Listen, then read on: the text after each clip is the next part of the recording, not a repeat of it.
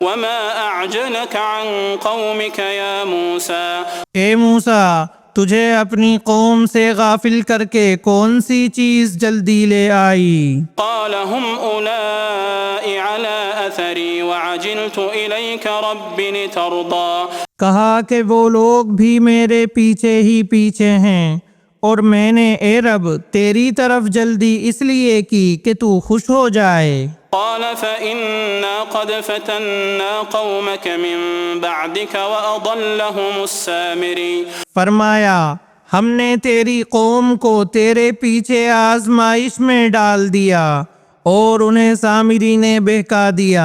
فرجع موسى إلى قومه غضبان أسفا قال يا قوم ألم يعدكم ربكم وعدا حسنا پس موسیٰ علیہ السلام سخت غضبناک ہو کر رنج کے ساتھ واپس لوٹے اور کہنے لگے کہ اے میری قوم والو، کیا تم سے تمہارے پروردگار نے نیک وعدہ نہیں کیا تھا؟ أفطال عليكم العهد أم أردتم أن يحل عليكم غضب من ربكم فأخلفتم موعدي کیا اس کی مدت تمہیں لمبی معلوم ہوئی؟ بلکہ تمہارا ارادہ ہی یہ ہے کہ تم پر تمہارے پروردگار کا غضب نازل ہو کہ تم نے میرے وعدے کا خلاف کیا۔ قالوا ما أخلفنا موعدك بملكنا ولكننا حملنا أوزارا من زينة القوم فقذفناها فكذلك ألقى السامري انہوں نے جواب دیا کہ ہم نے اپنے اختیار سے آپ کے ساتھ وعدے کا خلاف نہیں کیا، بلکہ ہم پر زیورات قوم کے جو بوجھ لاد دیے گئے تھے انہیں ہم نے ڈال دیا، اور اسی طرح سامری نے بھی ڈال دیے۔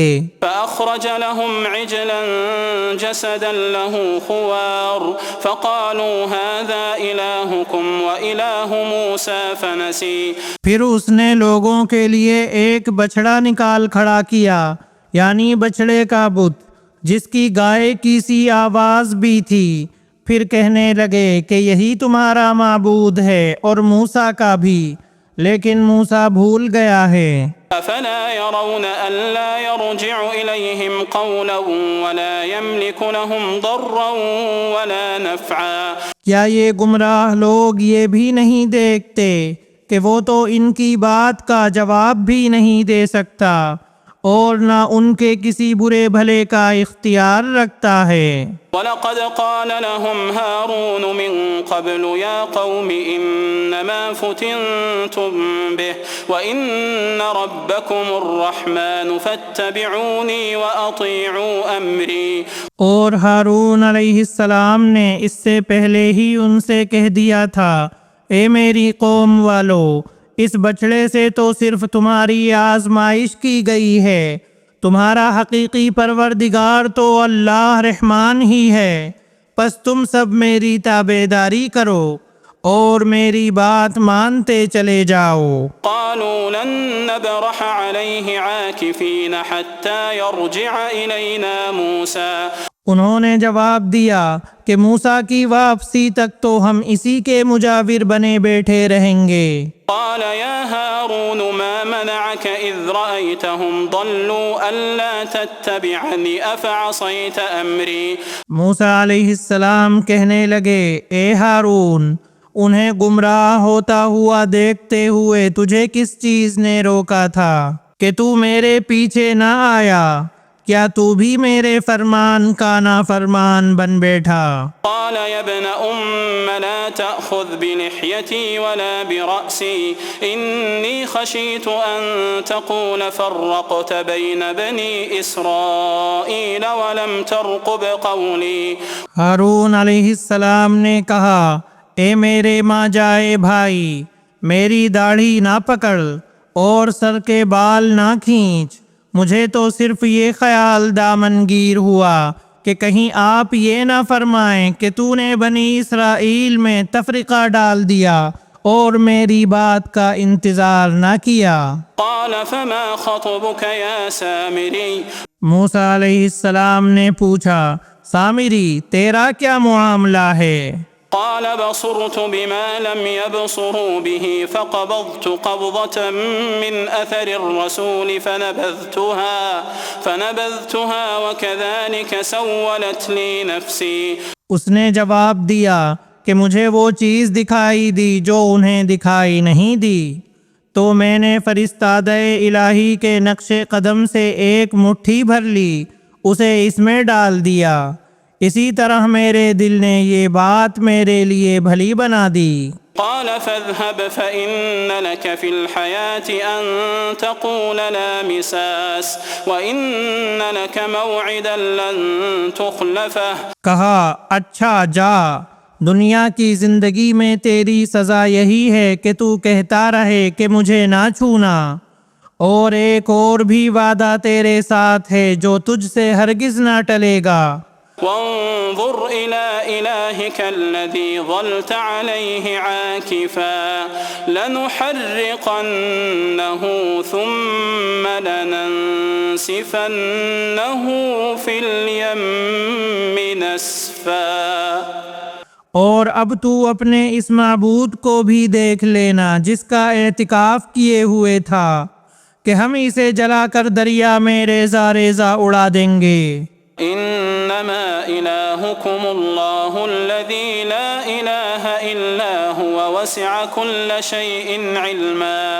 اصل بات یہی ہے کہ تم سب کا معبود برحق صرف اللہ ہی ہے، اس کے سوا کوئی پرستش کے قابل نہیں، اس کا علم تمام چیزوں پر حاوی ہے۔ كذلك نقص عليك من أنباء ما قد سبق وقد آتيناك من لدنا ذكرا۔ اسی طرح ہم تیرے سامنے پہلے کی گزری ہوئی وارداتیں بیان فرما رہے ہیں، اور یقیناً ہم تجھے اپنے پاس سے نصیحت فرما چکے ہیں۔ من أعرض عنه فإنه يحمل يوم القيامة وزرا۔ اس سے جو منہ پھیر لے گا وہ یقیناً قیامت کے دن اپنا بھاری بوجھ لادے ہوئے آئے گا۔ خالدین فیہ وساء لهم یوم القیامة حملا۔ جس میں ہمیشہ ہی رہے گا اور ان کے لیے قیامت کے دن بڑا برا بوجھ ہے۔ یوم ينفخ في الصور ونحشر المجرمین یومئذ زرقا۔ جس دن سور پھونکا جائے گا اور گناہ گاروں کو ہم اس دن دہشت کی وجہ سے نیلی پیلی آنکھوں کے ساتھ گھیر لائیں گے۔ یتخافتون بینہم ان لبثتم الا عشرا۔ وہ آپس میں چپکے چپکے کہہ رہے ہوں گے کہ ہم تو دنیا میں صرف 10 دن ہی رہے۔ نحن اعلم بما يقولون اذ يقول امثلهم طریقة ان لبثتم الا یوما۔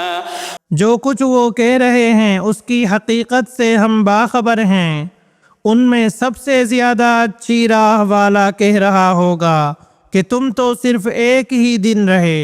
وَيَسْأَلُونَكَ عَنِ الْجِبَالِ فَقُلْ يَنسِفُهَا رَبِّي نَسْفًا۔ وہ آپ سے پہاڑوں کی نسبت سوال کرتے ہیں، تو آپ کہہ دیں کہ انہیں میرا رب ریزہ ریزہ کر کے اڑا دے گا۔ فَيَذَرُهَا قَاعًا صَفْصَفًا لَا تَرَى فِيهَا عِوَجًا وَلَا أَمْتًا۔ اور زمین کو بالکل ہموار صاف میدان کر کے چھوڑے گا، جس میں تو نہ کہیں موڑ دیکھے گا نہ اونچ نیچ۔